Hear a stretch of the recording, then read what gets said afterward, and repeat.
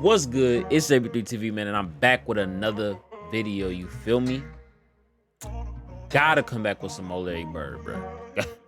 Gotta come back with some more Larry Bird. As you can see on my channel, 10K, bro. That don't even feel real, bro. That don't even feel real, bro. In 3 weeks, bro. And matter of fact, that video in 1 week time is at 10K, bro. I just started. Y'all love Larry Bird, man. I see why, bro. We got making the case for Larry Bird. Now, being, a Jordan fan, just saying, it's gonna take a lot. I don't know. It might be certified in stone for Jordan, but what I've seen lately, bro, I'm gonna give y'all this. Larry Bird is in my top 5. He is in my top 5 for sure. Larry Bird is in my top 5, bro. For sure. That's a fact. This man is insane, bro. But this is an 18-minute video. I'm not gonna take too much of your time. Do me a favor. Comment down below. Have some discussions with me. Let me know how y'all feel. Any other recommendations? Like the video for me. Subscribe. You feel me? Hit that notification bell. All that good stuff. We trying, join the move. Hey, join the movement. 99% of y'all not subscribed. That's kind of crazy to me. But anyway, we finna hop straight into this video. No, I seen y'all comments. I'm gonna try to be quiet this time. I'm gonna just sit here. I'm gonna sit back and listen. I'm listening to y'all. We finna get right into this. Basketball is special. The size of the court and the lack of pads or helmets give fans the most intimate experience of a team sport that exists. And because of the different styles that basketball allows for, players develop their own distinct identities and signature styles through their creativity, Facts. flair, That's Pistol Pete. and athleticism. Yeah.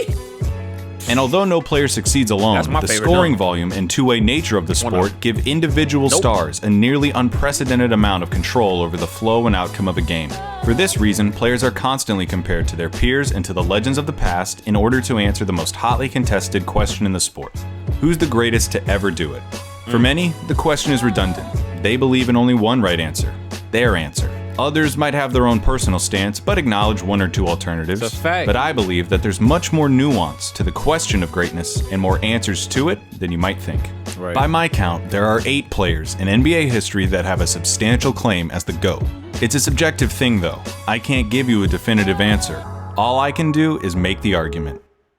So today, I'll be making the case for Larry Bird as the greatest basketball player of all time. Hey, let's do it. We here. Lock in, y'all. Lock in. I'm gonna try to listen up.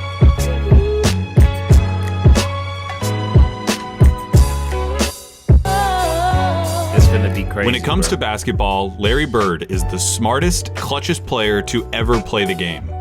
Now, if you don't think that Larry Bird is the greatest basketball player of all time, you probably hate that I just said that. Those are the kind of talking head sport cliches that surely impact the game but are impossible to empirically measure. Normally, I'd agree with you, but I think that when you talk about Larry Bird, you see those intangibles become real, palpable results. I wouldn't have said it if I didn't believe it. When Larry Bird was drafted by the Boston Celtics in 1978, the NBA needed saving. Attendance was in the toilet, the league had few marketable stars, cocaine addiction had several players in its grasp, and most damning of all, playoff games were being tape delayed. Playoff games at the highest level of basketball were being put in the back seat for black and white movies and network reruns. But rather than join the Celtics after being taken 3rd overall, Larry Bird decided to return for his final year at Indiana State, a decision that would prove to be one of the most important in the history of the sport. Bird's final year saw the Sycamores tear through college basketball, going 33-0 before the national championship game.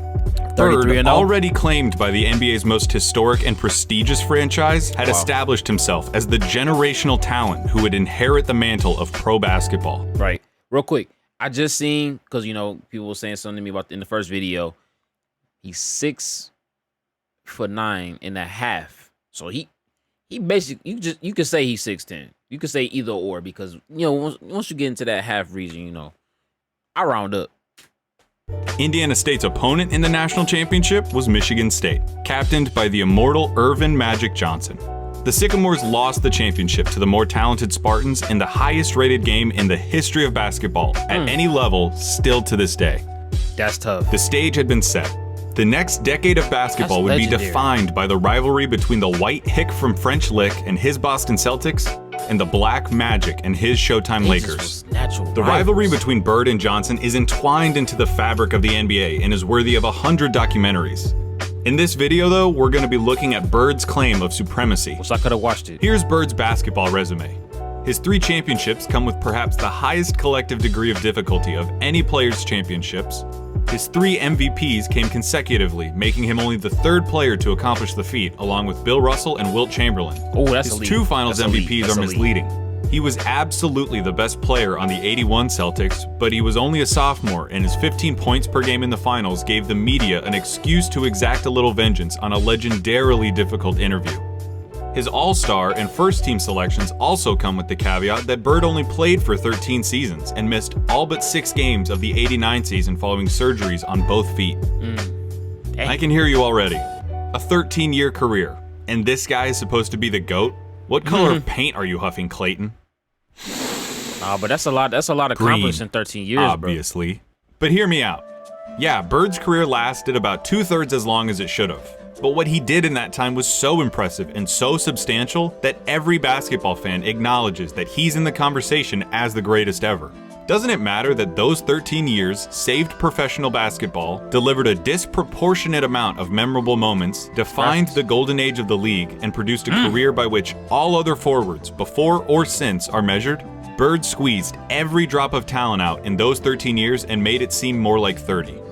He didn't just leave his fingerprints on the game. He left so much of his DNA in the sport that it needed a cigarette afterwards.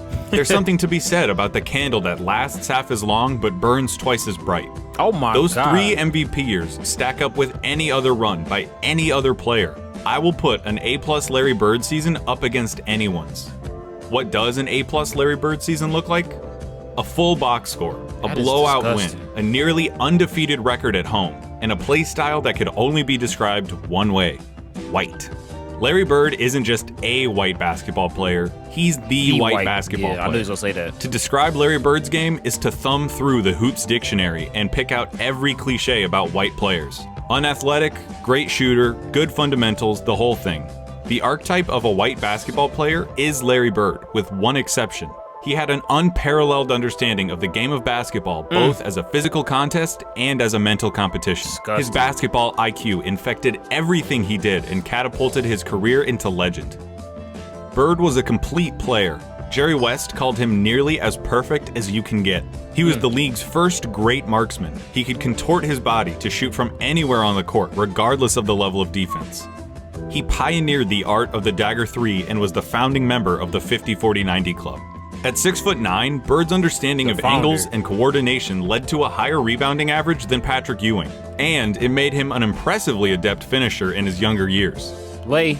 86, Bird dropped 47 points on the Blazers, playing the majority of the game left-handed. His lack of quick lateral movement meant that Bird didn't do much when it came to slapping the floor and picking up the opposing point guard, but his size and omniscience gave him the ability to body similarly sized players, read defenses like a free safety, and pick off passing lanes with ease. His passing was transcendent, and I'll highlight it later. And of course you need to know that Larry Bird was a tough effort. He had a superhuman motor and dove for loose balls like a beagle at the park. He was a willing participant in his share of fights, often precipitated by his league-renowned trash talk. Larry Bird told Robert Reed he should have stayed in preaching. That was funny. He had 50 points. I was guarding in my rookie year. He looked at me and he goes, "You can't stop me." And I looked at him and I said, "Gosh, boy, you're so confident." He proceeded to score like 10 straight points on me. The coach took me out the game. He walks by and he's laughing at me. Yeah, Clyde was getting He was a basketball genius. by everybody. He'd be a step ahead, a thought ahead, play the game like a chess game. I'd much rather guard Michael Jordan than Larry Bird because you have to play the game as a thinker when you're playing him. You have to get inside his mind. If you put all of us in a room, you know, Magic, Jordan, myself, and Bird, Bird probably be the guy who walks out of the room at the end of the day. And then he's so Did you tall, notice like, he something just during looking those down, testimonies?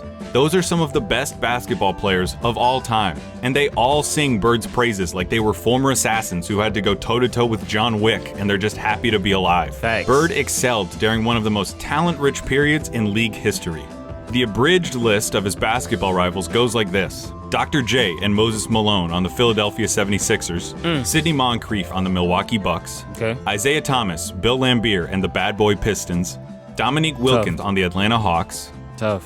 Bernard King on the New York Knicks, Michael Jordan on the Chicago Bulls, With the ones Hakeem on. Olajuwon and Ralph Sampson on the Houston Rockets, and of course, Magic Johnson, James Worthy, and Kareem Abdul-Jabbar on the Los Y'all see Angeles this Lakers. team, bro? All right, there's no point avoiding it any longer. We have to look at Magic versus Larry. Got to. If you Come on, have let's get it. Magic over Larry, it's because he has 5 rings to Larry's 3, had a peak that lasted about 2 or 3 years longer than Larry's, and had a 2-1 record against Bird's Celtics in the finals. Perfectly legitimate, completely respectable arguments. Right. But in the interest of making Bird's case, allow me to retort. For nearly the entire decade of the 1980s, the Eastern Conference was irrefutably the more competitive conference between the two. Considering the competition, for Bird to have made 5 finals appearances is just as impressive as Magic's 9. As for the head-to-head record responsible for Magic's 2 extra titles, That he hook had is more help. stupid. Seriously, the Celtics' Big 3 and the Lakers' Big 3 get compared all the time historically as if they were of equal caliber, but weren't Magic's accomplices just a step above Bird's? No disrespect at all to Kevin McHale and Robert Parrish, but mean, Kareem yeah. was the alpha dog on the 71 Bucks and was the best player for at least 2 of the Lakers' 5 titles. Yeah. Yeah. I mean, the highest score ever. James Worthy was the #1 pick out of UNC after winning a championship as the best player on a team that had Michael Jordan on it. Throw in the fact that Magic got to be coached by Pat Riley, one of the most brilliant minds in basketball history, and you could say that the Magic Bird argument comes down to one thing: luck. So if their careers come down to luck, the question just becomes who you would rather take. Right. Now, I'm not making this video to tell you why you shouldn't take Magic. I'm making this video to tell you why That's you should crazy. take Bird. Not just over Magic, but over everybody. One thing that helps him is the fact that his play would translate perfectly into the league today. A 6'9" sharpshooting forward with eyes in the back of his head who averaged double-digit rebounds in an era against Moses and Laimbeer. He'd gobble up boards he as a was power forward. bugging. He'd be an offensive mismatch against everybody as a small ball center, and his off-ball skills and passing would pair perfectly with the flow of today's game. It's a fact. Add in his competitive mania and 3 generations worth of medical advancements, and we're talking about a player who could have stuck around so long they would have had to rename the league. As you've been watching these clips of Bird, I would hope that you would notice something. He always knows where everybody is. Watching Bird play basketball is that's like a different watching type of those skill. monsters from a That's a quiet different place skill, that bro. know where you are if you make any noise at all.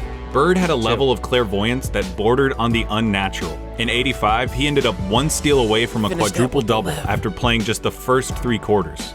His passing was famously infectious and helped transform the Celtics of the 80s into an ideal that basketball teams at all levels are still shown tape of. They moved the ball with precision and intent, always looking for better shots and determined to get the entire team involved in the effort. That fact is almost entirely attributable to Bird and his wizardry with the ball. This acumen also helped Bird become the only player with a GOAT claim to transition successfully into other basketball roles after his playing career. In his 3 years as the head coach of the Pacers, Bird won a Coach of the Year award, coached the Pacers to their first and only finals appearance, and gave Michael Jordan as much trouble as he'd ever gotten in his career in the '98 Eastern Conference Finals. After moving into a front office role for Indiana, he won Executive of the Year in 2012, becoming the only person to have an MVP, Coach of the Year, and Executive of the Year award. On the court crazy. or off of it, inside and out, Larry Bird sees basketball as only he can. Right. That intelligence also lent itself to learning a lot, Bird's bro. defining skill, making the big plays. Remember, NBA players get paid to win games. Keep in mind, I'm only James 22. Harden is getting paid nearly $40 million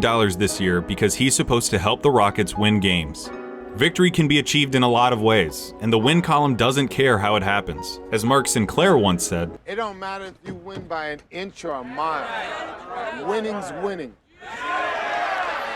but when your team is Definitely down over 1 everything. in a crucial playoff game with 8 seconds left, and you need to hit a shot to stay in the series and keep your season alive, that's where players really separate themselves and earn their money. Love it or hate it, it's the players that come through in the big moments that live forever in our memories. Iconic.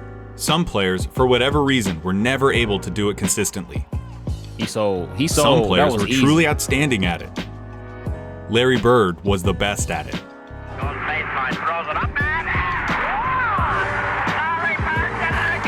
Bro, do y'all hear this intercom? I'm not If going that's to give you the even the stats about word. his field goal shooting under 2 minutes with a score that's this close, or tell you who has the most buzzer beaters, or any of that. Take that for data. I'm just going to show you clutch moments in clutch situations. 1985 against the Blazers. Bird drops 48 points, including this. Down 1 with 2 seconds left. Inbound pass to double team and Bird. Larry, fake, fall away. Hits it! The buzzer! All right! 1985 against the Hawks. Bird sets the Celtics scoring record with 60 points I with would shots be like so these. mad, bro. They open the right side. Bird the fall away. He drills it again. That's the best shooting I've bench. ever seen. 1986 against the Rockets.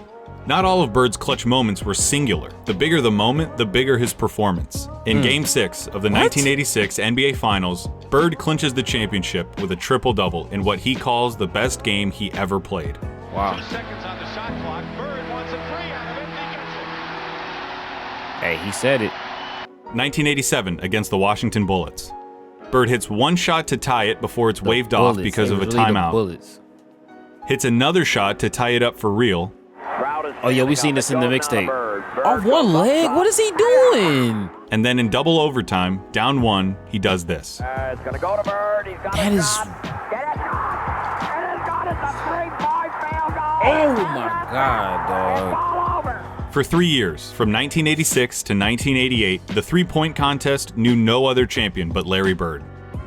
Wow. I never knew he won 3, man, until that video. Here quickly, 14. This is a tie for the money. That's just crazy. That's 1987 Eastern Conference Finals, Game 5. Tied at 2 games apiece against the Bad Boy Pistons, this enormous game would put the winner 1 game away from the NBA Finals. The Pistons are up 1 with seconds remaining. Is this The ball goes out of bounds off the anybody get the Celtics. steal? Isaiah Thomas just needs to inbound the ball to win the game. Why did he rush like that? That's what you get. That was crazy. But Isaiah's stupid. There are truly too many big games and big moments for me to go through without this ending up as a documentary. Right. But that all leads me to this, what I really want to talk about. What's good? 1987 NBA Finals, Game 4 against the Lakers. LA it is up 2 games to 1987? 1, and the Celtics need to win to tie the series and stay alive. Bird hits a 3 with 12 seconds left to go up by 2. Didn't he call that 3 out, I think?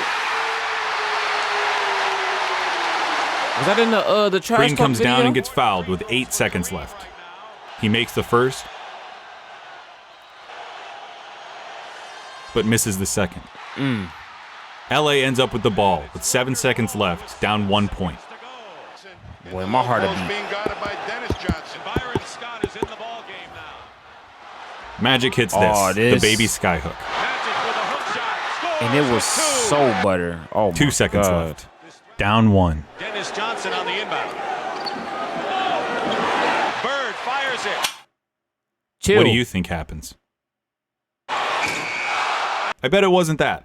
Yeah, because I When I would've- paused the we would've tape seen and that. the ball was hanging in the air, you thought it was going in. Yeah. Bird So, thought yeah. it was going in. Magic thought it was going in. I've seen this game before, and I still think it's going to go in. But it didn't. Right. That's crazy. I thought it was Pat going Riley in. said it himself. But we would have seen We that. got lucky. And that, a missed shot in the NBA Finals, is why he's the clutchest. Because after he makes the big plays, has the big games, hits the big shots, time and time again, you expect him to hit every shot, to win Right. every game. And in those fleeting moments when he doesn't, when he looks like a mere human, when he looks like everyone else who tries to do what he does, you just can't believe it. That's what Larry Bird did. He made the big plays so often you thought he was going to make them every time. He helped turn basketball into a global phenomenon, paving the way for every Michael Jordan, Kobe Bryant, or LeBron James who comes through our lives. He played basketball in its purest form and captained a team that is consistently ranked among the greatest of all time. He has the second highest win percentage in the history of the NBA, behind Magic by less than 1/2 of 1%, about 10 games. Crazy. He was the complete package, a player with no holes in his game whatsoever. They called him Basketball Jesus. He didn't get that name without doing something extraordinary. He saved basketball, and he did it by playing it better than anyone else. Here's Magic at Bird's retirement in 1993. Larry Bird said that there would be another Larry Bird one day. And Larry, that's cap. There will never, ever be another Larry Bird. To the greatest basketball player ever, but more important, a friend forever.